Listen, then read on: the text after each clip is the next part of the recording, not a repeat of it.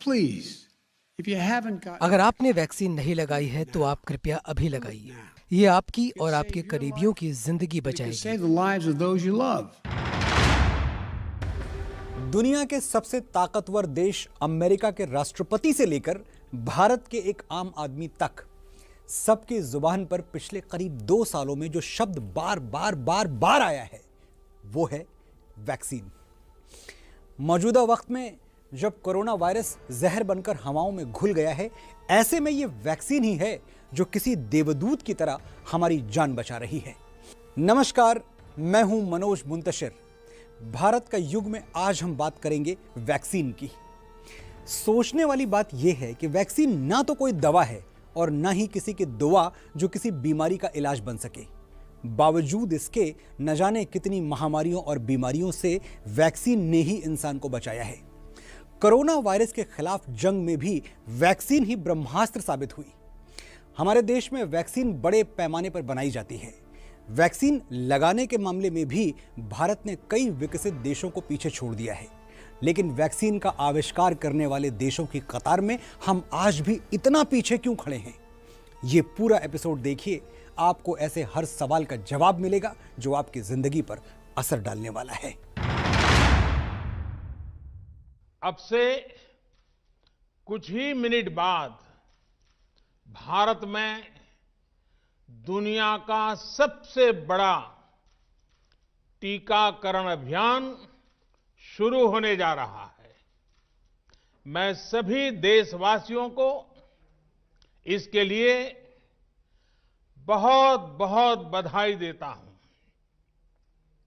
आज वो वैज्ञानिक, वैक्सीन रिसर्च से जुड़े अनेकों लोग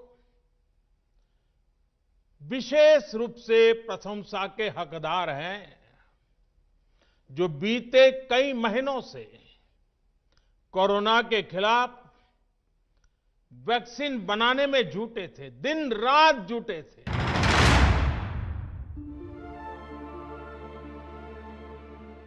16 जनवरी 2021 को देश में कोरोना के खिलाफ टीकाकरण अभियान शुरू हुआ।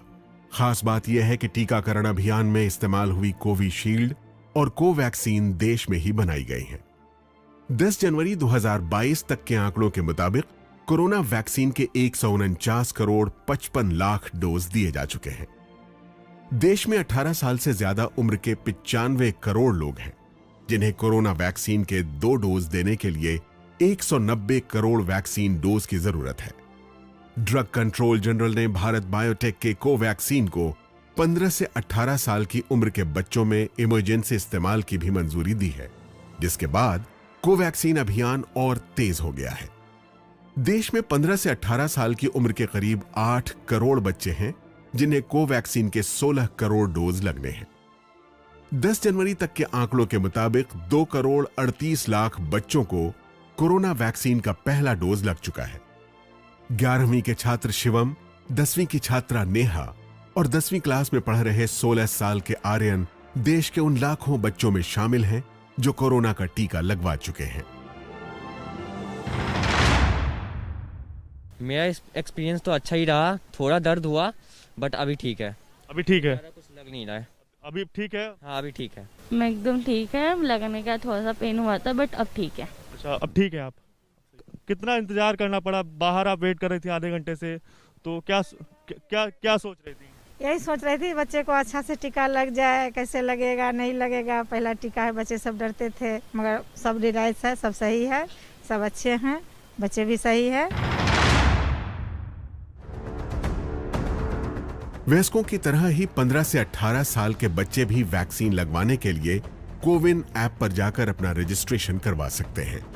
देश में ही नहीं, पूरी दुनिया में भारत का यह कोविन प्लेटफॉर्म इतना मशहूर हो चुका है कि कनाडा, मैक्सिको, नाइजीरिया और पनामा समेत करीब 50 देश टीकाकरण अभियान में कागज की पर्ची की जगह भारत की कोविन प्रणाली इस्तेमाल करना चाहते हैं। इस मामले में भारत ने अमेरिका को भी पीछे छोड़ दिया है। सबको वैक्सीन, मुफ्त वैक्सीन, इस अभियान के तहत भारत आज करीब करीब 90 करोड़ वैक्सीन डोज लगा पाया है और उसका रिकॉर्ड उपलब्ध हुआ है, सर्टिफिकेट उपलब्ध हुआ है। तो इसमें कोविन का बहुत बड़ा रोल है। रजिस्ट्रेशन से लेकर सर्टिफिकेशन तक का इतना बड़ा डिजिटल प्लेटफॉर्म दुनिया के बड़े बड़े देशों के पास नहीं है। कोरोना के इस दौर में वैक्सीन देश के लिए उम्मीदों का पैगाम बन के आई है। कोविड के खिलाफ दुनिया का सबसे बड़ा टीकाकरण अभियान भारत में चल रहा है। वैसे भी भारत को वैक्सीन कैपिटल यानी वैक्सीन की राजधानी कहा जाता है। दरअसल हम सबसे ज्यादा वैक्सीन लगा ही नहीं रहे हैं, बल्कि बनाते भी हैं। भारत में बनी वैक्सीन दुनिया के कई देशों में भेजी जाती है, लेकिन एक वक्त ऐसा भी था जब देश के करोड़ों बच्चे वैक्सीन न मिलने से बीमारियों का शिकार बन गए। लाखों लोग बेवक्त मौत के मुंह में समा गए। ये बेबसी का वो दौर था जब देश के पास ना तो आज जैसे चिकित्सा के साधन थे और न ही वैक्सीन जैसा ब्रह्मास्त्र।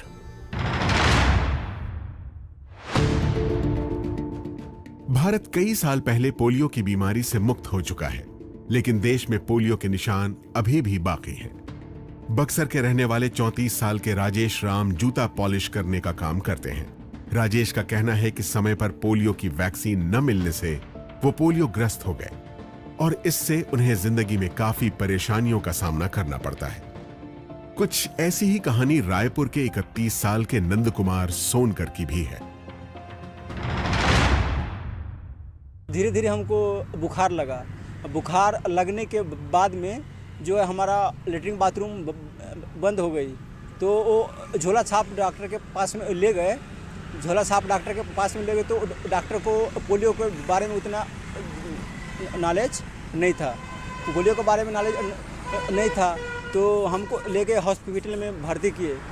भर्ती करने के बाद में वो खाली पोलियो का खुराक नहीं दिए, वो खाली ऐसी दवा और सुझा देते गए। हमारा धीरे धीरे दोनों पैर कमर से नीचे सूख गया। चलने फिरने में ज़्यादा दिक्कत होता है और जॉइंट परिवार में है। अपन परिवार में मतलब भाई बहन और आसपास में दोस्त यार हैं, वो लोग मतलब सहयोग करते हैं। परेशानी तो होता है, हैंडीकैप्ट हैं तो कुछ होता ही रहता है। वो तो बताने लायक नहीं है, बहुत सारा परेशानी रहता है हम लोग का। करीब 30 साल पहले कोरोना की तरह ही पोलियो का भी खौफ था। देश में करीब 500 से लेकर 1000 पोलियो के केस हर दिन सामने आ रहे थे। साल 1994 में पोलियो के खिलाफ जब भारत में पल्स पोलियो अभियान की शुरुआत की गई थी, उस समय दुनिया के करीब 60% पोलियो केस देश में ही सामने आ रहे थे। पोलियो से लड़ने के लिए राष्ट्रीय टीकाकरण दिवस पर हर साल करीब 1,72,00,000 बच्चों को पोलियो वैक्सीन दिया गया। टीकाकरण के इस महाअभियान में करीब 25 लाख प्रशिक्षित कार्यकर्ताओं ने हिस्सा लिया। देश में पोलियो का आखिरी केस पश्चिम बंगाल के हावड़ा में साल 2011 में सामने आया था और 7 साल पहले विश्व स्वास्थ्य संगठन ने भारत को पोलियो मुक्त घोषित कर दिया। लेकिन देश ने पोलियो से भी लंबी जंग चेचक यानी स्मॉल पॉक्स के खिलाफ लड़ी है। आजादी के पहले बहुत बच्चे, छोटे छोटे बच्चे मर जाते थे, लेकिन हमने बहुत तगड़ा कार्यक्रम चलाया। हजारों लाखों PHCs लगी। हमने मलेरिया और स्मॉल पॉक्स खत्म कर दिया। मैं हमारे सब डॉक्टरों को, हमारे सब नर्सों को, जितने लोग इस कार्यक्रम में लगे थे, उन्हें आज मुबारक देता हूं। करीब 100 साल पहले पूरी दुनिया में चेचक के वायरस का खौफ फैला था। दरअसल स्मॉल पॉक्स की बीमारी से होने वाली मृत्यु दर कोविड-19 के मुकाबले कहीं ज्यादा थी। भारत में चेचक की पहली वैक्सीन साल 1802 में वियना से मंगाई गई थी, जिसे 3 साल की एक अंग्रेज बच्ची एना डस्टहॉल को लगाया गया था। लेकिन 1977 में जाकर भारत चेचक की बीमारी से मुक्त हो सका। देश में आज UIP यानी यूनिवर्सल इम्यूनेशन प्रोग्राम के जरिए तपेदिक, खसरा, टाइफॉइड, हेपेटाइटिस बी, पोलियो, काली खांसी और टेटनस जैसी करीब 12 से ज्यादा जानलेवा बीमारियों से बचने के लिए बीसीजी, डीटीपी, एमएमआर, ओपीवीटी जैसे अलग अलग वैक्सीन दिए जाते हैं। जाहिर है वैक्सीन के जरिए ही कई बीमारियों को हराया जा सकता है। पिछले 1.5 साल में हमारे देश में पोलियो का एक भी नया केस सामने नहीं आया और अब भारत उन देशों की सूची में शामिल नहीं है जिनमें पोलियो का असर है। चेचक से लेकर कोरोना तक कई बीमारियों के खिलाफ वैक्सीन ब्रह्मास्त्र साबित हुई है और इसीलिए देश में कई टीकाकरण अभियान चलाए गए। साल 1985 में तपेदिक यानी टीबी के लिए बीसीजी का वैक्सीन आया, टाइफॉइड के लिए डीटीपी और 2002 में हेपेटाइटिस बी का वैक्सीन भी देश में लॉन्च हुआ। भारत में चेचक का पहला टीका साल 1802 में यूरोप से लाया गया था, लेकिन आजादी के वक्त तक देश में ही चेचक के टीके पर्याप्त संख्या में बनने लगे थे। साल 1962 में चेचक के खिलाफ टीकाकरण अभियान की शुरुआत हुई थी और देश में 1975 में चेचक का आखिरी केस सामने आया था। भारत में हर साल करीब 2 करोड़ 67 लाख नवजात बच्चों और 2 करोड़ 90 लाख गर्भवती महिलाओं को संक्रमण से बचाने के लिए वैक्सीन लगाई जाती है। यूनिवर्सल इम्यूनाइजेशन प्रोग्राम के तहत डिप्थीरिया, खसरा, polio, tetanus, TB, diarrhoea, hepatitis B और निमोनिया जैसी 12 बीमारियों के वैक्सीन मुफ्त लगाए जाते हैं। बच्चों की मौत की बड़ी वजह डायरिया जैसी बीमारियां और रोगाणुओं के संक्रमण है। ऐसे में वैक्सीन से बाल मृत्यु दर पर काबू पाया जा सकता है। 70 साल पहले जिन लोगों का जन्म हुआ उन्होंने टीबी यानी तपेदिक जैसी लाइलाज बीमारी के कहर को देखा और महसूस किया। 30 साल पहले जो लोग पैदा हुए वो पोलियो जैसी बीमारी के सामने दुनिया के बेबस होने के गवाह हैं। बड़ी माता, छोटी माता यानी चेचक से लेकर पोलियो तक और टीबी से लेकर टाइफाइड तक देश के लिए यह सफर बेहद मुश्किलों भरा रहा है, लेकिन इन तमाम बीमारियों को वैक्सीन ने हरा दिया और आज भी भारत वैक्सीन को हथियार बनाकर ही कोरोना महामारी का मुकाबला कर रहा है। साथियों, भारत के हेल्थ सेक्टर को ट्रांसफॉर्म करने के लिए मेडिकल एजुकेशन में भी अभूतपूर्व रिफॉर्म्स हो रहे हैं। हेल्थ से जुड़ी आधुनिक टेक्नोलॉजी, बायोटेक्नोलॉजी से जुड़ी रिसर्च, दवाओं और उपकरणों में आत्मनिर्भरता को लेकर भी देश में मिशन मोड पर काम चल रहा है। कोरोना की वैक्सीन के डेवलपमेंट और मैन्युफैक्चरिंग में भारत ने जिस तरह अपना सामर्थ्य दिखाया है वो हमें गर्व से भर देता है। दुनिया के करीब 60% वैक्सीन भारत में बनती है और दुनिया के सबसे बड़े वैक्सीन निर्माता भारत का वैक्सीन बाजार करीब 9,400 करोड़ रुपए का है। 20 दिसंबर 2021 तक के आंकड़ों के मुताबिक दुनिया के 97 देशों को कोरोना वैक्सीन के करीब 1 करोड़ 28 लाख डोज भारत से भेजे गए हैं। हालांकि जितने बड़े पैमाने पर देश में वैक्सीन बनाई जाती है उतने बड़े स्तर पर वैक्सीन का विकास नहीं होता है। वैक्सीन के ज्यादातर फॉर्मूले अमेरिका और यूरोपीय देशों में विकसित होते हैं और फिर उनका उत्पादन भारत में किया जाता है। कोरोना की जिस वैक्सीन कोविशील्ड का उत्पादन सीरम इंस्टीट्यूट कर रही है उसे भी ऑक्सफोर्ड यूनिवर्सिटी और एस्ट्राजेनेका ने विकसित किया है। वैक्सीन बनाने वाली देश की सबसे बड़ी company serum institute of India फिलहाल 170 देशों को वैक्सीन बेच रही है और उसकी कमाई $800 मिलियन से ज्यादा पहुंच चुकी है। साल 1966 में जब सीरम इंस्टीट्यूट की स्थापना हुई थी उस वक्त देश में ज्यादातर बीमारियों की वैक्सीन विदेश से मंगाई जाती थी, लेकिन धीरे धीरे सीरम इंस्टीट्यूट कई बीमारियों की वैक्सीन बनाने लगा और इसी के साथ उसका कारोबार भी बढ़ता चला गया। द टाइम्स के मुताबिक करीब 100 एकड़ जमीन में फैली ये कंपनी हर साल polio, tetanus, hepatitis B, rubella और डिप्थीरिया जैसी कई बीमारियों से लड़ने के लिए करीब 150 करोड़ वैक्सीन के डोज तैयार करती है। कोरोना का वैक्सीन बनाने के लिए भी सीरम इंस्टीट्यूट ने मार्च 2020 से ही अपनी तैयारी तेज कर दी थी।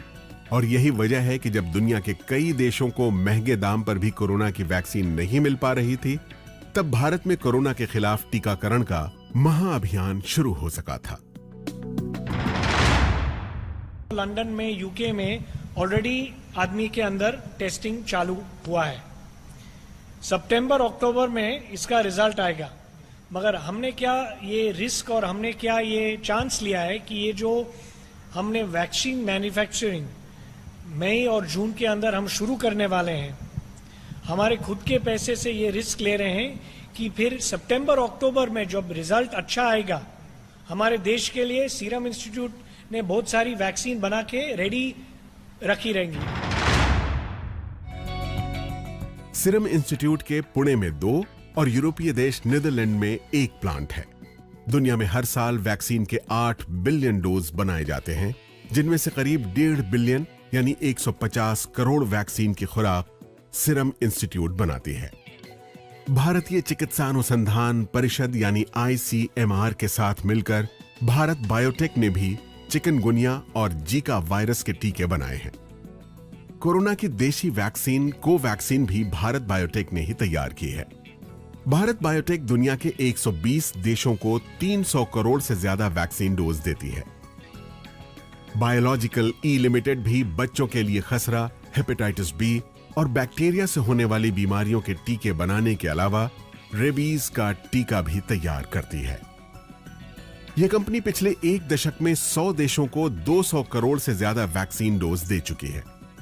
अहमदाबाद स्थित जाइडस कैडिला भी कोरोना का वैक्सीन बनाने में पीछे नहीं है। स्वास्थ्य सुविधाओं के मामले में भले ही अमेरिका और यूरोपीय देश हमसे बहुत आगे हैं, लेकिन वैक्सीन और दवाइयां बनाने के मामले में हम किसी से कम नहीं हैं। भारत वैक्सीन किंग है। यह बात जानकर मुझे बड़ी खुशी होती है। आप भी जरूर खुश हो रहे होंगे, लेकिन अपनी खुशी पर जरा सा ब्रेक लगाइए, क्योंकि भले ही दुनिया में सबसे ज्यादा वैक्सीन का उत्पादन हमारे देश में होता है, लेकिन वैक्सीन के विकास यानी वैक्सीन का आविष्कार करने के मामले में हम आज तक आत्मनिर्भर नहीं हो पाए। दुनिया में सबसे ज्यादा वैक्सीन का उत्पादन हम करते हैं, लेकिन इन वैक्सीन्स को बनाने का फॉर्मूला दूसरे देशों से आता है। अगर हमें वैक्सीन के मामले में आत्मनिर्भर बनना है, तो हमें वैक्सीन का फॉर्मूला भी खुद बनाना होगा। वैक्सीन किसी बीमारी का इलाज नहीं, बल्कि संभावित बीमारी के संक्रमण से लड़ने का एक तरीका है। यूं तो वैक्सीन बनाने में बहुत सारे केमिकल्स और दूसरी चीजों का इस्तेमाल होता है, लेकिन इससे मरा हुआ या इनएक्टिव वायरस भी डाला जाता है। किसी वैक्सीन में वायरस का ही छोटा सा हिस्सा भी डालते हैं, जिसे एंटीजन कहते हैं। जब किसी को वैक्सीन लगाई जाती है तो मरे हुए वायरस या उसके हिस्से भी वैक्सीन के जरिए शरीर में चले जाते हैं, और जैसे ही ये मरा हुआ वायरस शरीर में आता है तो शरीर को लगता है कि कोई दुश्मन अंदर आ गया है, और फिर इससे लड़ने के लिए शरीर एक खास किस्म की टी आकार की कोशिकाएं बनाता है, जिन्हें एंटीबॉडी कहते हैं। खास बात यह है कि एक बार एंटीबॉडीज बनने के बाद ये कई दिनों तक शरीर में मौजूद रहती है, और इसी दौरान अगर असली वाला या जिंदा वायरस शरीर में आ जाता है तो उसे फौरन पहचान कर मार देती है। और इस तरह वायरस की चपेट में आने के बावजूद इससे होने वाली बीमारियों से बचाव हो जाता है। विश्व व्यापार संगठन की एक रिपोर्ट के मुताबिक वैक्सीन बनाने वाले प्लांट में 9000 अलग अलग तरह की चीजों का इस्तेमाल होता है। वैक्सीन बनाने में जो कच्चा माल इस्तेमाल होता है, उसमें मरे हुए वायरस का एक छोटा सा हिस्सा यानी एंटीजन के अलावा बायो रिएक्टर बैग, प्रोटीन के filter, lipid nano particles, micro carriers और सेल कल्चर मीडिया जैसी चीजों की जरूरत होती है। इसके अलावा वैक्सीन को सुरक्षित करने के लिए प्रोजेक्टिव और स्टेबलाइजर केमिकल, वैक्सीन के सभी घटकों को जोड़े रखने के लिए सर्फेक्टेंट और एडजुवेंट का इस्तेमाल भी होता है। वैक्सीन बनाने में काम आने वाले सामान का ज्यादातर हिस्सा यूरोपीय देशों में और बाकी सामान अमेरिका में तैयार होता है। भारत में वैक्सीन का कच्चा माल 30 देशों के 300 सप्लायर के जरिए पहुंचता है। वायरोलॉजिस्ट का कहना है कि वैक्सीन उत्पादन में आत्मनिर्भर होने के लिए वैक्सीन में इस्तेमाल होने वाले सामान का उत्पादन भी देश में ही करना जरूरी है। अभी के जो नए प्लेटफॉर्म्स हैं उनमें अगर वैक्सीन बनाना है, जैसे कि mRNA है या रिकॉम्बिनेंट वैक्सीन बनाना है, तो सबका हमारे पास तरीका होता नहीं है। उसके लिए कई बार क्या होता है कि हमें जो इस्टेब्लिश्ड वैक्सीन हैं बाहर के, वो वैसे ही हम यहाँ पर बनाने का सोचते हैं, तो उसका पेटेंट रहता है। उसके पेटेंट में जो तरीका और जो रॉ मटेरियल वो इस्तेमाल करते हैं वो बाहर के देशों का होता है, वो हम इस्तेमाल नहीं कर सकते। हम बना सकते हैं, उसका तरीका हमारे पास है, लेकिन पेटेंट होने के कारण हम नहीं बना सकते, ये उसमें मुश्किल है। पोलियो, टाइफाइड, खसरा, टेटनस से लेकर हेपेटाइटिस और चिकन पॉक्स तक ढेरों बीमारियां हैं जिनकी रोकथाम के लिए दुनिया के कई देश मेड इन इंडिया वैक्सीन का इस्तेमाल करते हैं। लेकिन वैक्सीन बनाने के फॉर्मूले अभी भी इंग्लैंड, जर्मनी, रूस, चाइना और अमेरिका जैसे देशों में ही बनाए जा रहे हैं। भारत को इस मामले में अभी बहुत आगे जाने की जरूरत है और इसके लिए देश में रिसर्च की सुविधाएं और लैब्स का ढांचा मजबूत करना बहुत जरूरी है।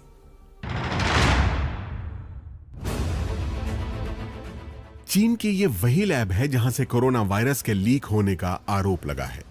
वुहान इंस्टीट्यूट ऑफ वायरोलॉजी चीन की सबसे आधुनिक लैब है। चीन के अखबार चाइना यूथ ऑनलाइन के मुताबिक यहां रिसर्च के लिए 1,500 से ज्यादा खतरनाक वायरस रखे गए हैं, जिनमें चमगादड़ से फैलने वाले वायरस भी शामिल हैं। फ्रांस के डिजाइन की गई इस इमारत को बनाने में 15 साल लगे और इस इंस्टीट्यूट को साल 2018 में शुरू किया गया था। इस वायरोलॉजी इंस्टीट्यूट की खास बात इसकी 4 मंजिल की बायोसेफ्टी लेवल 4 लैब है। अमेरिका के centre for disease control and prevention के मुताबिक दुनिया में लैब को सुरक्षा के नजरिए से 1 से 4 श्रेणियों में बांटा गया है। इनमें से बायोसेफ्टी लेवल 4 लैब में सबसे ज्यादा जैव सुरक्षा संबंधी सावधानियां बरती जाती हैं। ऐसा पूरा पहन के पूरा सर से लेके पैर तक पूरा ढका रहता है, पूरा स्टेराइल रहता है और जैसे हम काम करके बाहर आते हैं उसे निकाल फेंक के वो रीयूज नहीं होता है, डिस्पोजेबल होता है और वहाँ फिर से मुझे नहा के अपने रेगुलर कपड़े पहन के आना पड़ता है। सिमिलरली इन लेवल 4 हमको वहाँ का हवा भी वो पॉजिटिव प्रेशर में हम रहते हैं, तो पीछे हम ऑक्सीजन का सिलेंडर, जैसे आप डाइविंग करते समय देखे होंगे डाइवर्स कैसा पहनते हैं, एक रेस्पिरेटर रहता है। लेवल 3 और लेवल 4 में रेस्पिरेटर पहनना पड़ता है और पीछे हमारा ऑक्सीजन टैंक बांध लेते हैं ऐसे और उससे ही हमको हवा लेना पड़ता है। दरअसल BSL 4 लैब में प्रयोग के लिए सबसे खतरनाक रोगाणु रखे जाते हैं। यही वजह है कि ऐसे लैब आबादी से काफी दूर बनाए जाते हैं। इनकी इमारत में पानी और हवा की सप्लाई भी अलग से होती है और इन लैब में संक्रमण मुक्त करने का सिस्टम भी लगाया जाता है। अमेरिका में सबसे ज्यादा 15 BSL 4 लैब हैं। चीन का वुहान इंस्टीट्यूट ऑफ वायरोलॉजी दुनिया का चौथा सबसे बड़ा और आधुनिक लैब है और कनाडा का नेशनल माइक्रोबायोलॉजी BSL 4 लैब भी मशहूर है। चीन के नेशनल ब्यूरो ऑफ स्टैटिस्टिक्स के मुताबिक साल 2020 में चीन ने रिसर्च एंड डेवलपमेंट के काम पर 28 लाख करोड़ रुपए खर्च किए हैं, जबकि 2020-21 में भारत सरकार ने हेल्थ रिसर्च के लिए 2100 करोड़ रुपए और बायोटेक्नोलॉजी विभाग के तहत चल रहे प्रोजेक्ट के लिए 2507 करोड़ का बजट रखा था। जाहिर है अनुसंधान के साधनों को मजबूत किए बिना वैक्सीन बनाने के मामले में भारत आत्मनिर्भर नहीं हो सकता है। कोरोना महामारी ने एक बार फिर दुनिया को वैक्सीन की अहमियत बता दी है। हमने भी वैक्सीन को लेकर बड़ा सबक सीखा है। आप खुद सोचिए क्या होता अगर हमें वैक्सीन के लिए दूसरे देशों का मुंह ताकना पड़ता। लेकिन वैक्सीन का सिर्फ उत्पादन ही काफी नहीं है, बल्कि हमें इसे बनाने में काम आने वाले सामान के अलावा वैक्सीन के विकास पर भी फोकस करना होगा। देश इस राह में आगे कैसे बढ़ सकता है, आइए इस बारे में विशेषज्ञों की राय भी जान लेते हैं। बहुत सारी जो हमारी बैरियर्स हैं उनको ओवरकम करना पड़ेगा। यानी कि जैसे कि हमने सबसे पहले डिस्कस किया रॉ मटेरियल्स का इशू, या जैसे कि मैंने आपको बताया कि करीबन 9000 के करीब मटेरियल यूज़ होते हैं वैक्सीन्स को बनाने में। तो कुछ मटेरियल्स इसमें से यूनाइटेड किंगडम बनाता है और उसमें यूनाइटेड किंगडम जो बनाता है वो मोस्टली इक्विपमेंट होते हैं, और हमारी जो सप्लाईज़ होती हैं जैसे प्लास्टिक बैग्स हैं, कल्चर प्लेट्स वगैरह हैं, वो ज़्यादातर यूनाइटेड स्टेट्स से आती हैं। तो हमें पूरी तरह से आत्मनिर्भर होना पड़ेगा कि हम सारी की सारी सप्लाईज़ जो हैं अपने देश में बनाएं। हमें रिसर्चर्स को आइडेंटिफाई करने पड़ेंगे जो ऑनेस्टली जो है रिसर्च कर पाएँ। तो इसमें सरकार, फार्मास्यूटिकल कंपनी, एकेडमिक इंस्टीट्यूशंस सबकी ही बहुत बड़ी भागीदारी होगी। और हो रहा है जिस तरीके से अभी माहौल बनाया जा रहा है, इसमें दो है, एक तो रिसर्च डेवलपमेंट में और दूसरा जो है ईज ऑफ डूइंग बिजनेस के लिए भी माहौल बनाना। तभी लोग यहाँ पे आके R&D करेंगे, में रिसर्च एंड डेवलपमेंट में पैसा लगाएंगे। वो जैसे इश्क की जहरीली हवा लगती है, ना दुआ लगती है उसको, ना दवा लगती है। ये तो खैर शेरो शायरी है, लेकिन दवाएं और दुआएं दोनों जिन बीमारियों से हार गईं, उनसे लड़ने और जीतने के लिए वैक्सीन का हथियार ही काम आया। जैसे सड़कों पर आपने बैरियर्स देखे होंगे, ठीक वैसे ही हमारे और कोरोना वायरस के बीच कोरोना वैक्सीन एक बैरियर बनकर खड़ी हो गई है। अगर अब तक आपने कोरोना वैक्सीन के दोनों डोज नहीं लिए तो आप अपनी जिंदगी से खेल रहे हैं, और यह खेल बहुत महंगा पड़ सकता है। इस प्रार्थना के साथ कि हम सब सुखी हों, निरोग हों, सर्वे भवन्तु सुखिनः, सर्वे सन्तु निरामया, मनोज मुंतशिर को आज्ञा दीजिए। फिर लौटेंगे भारत का युग लेकर। नमस्कार।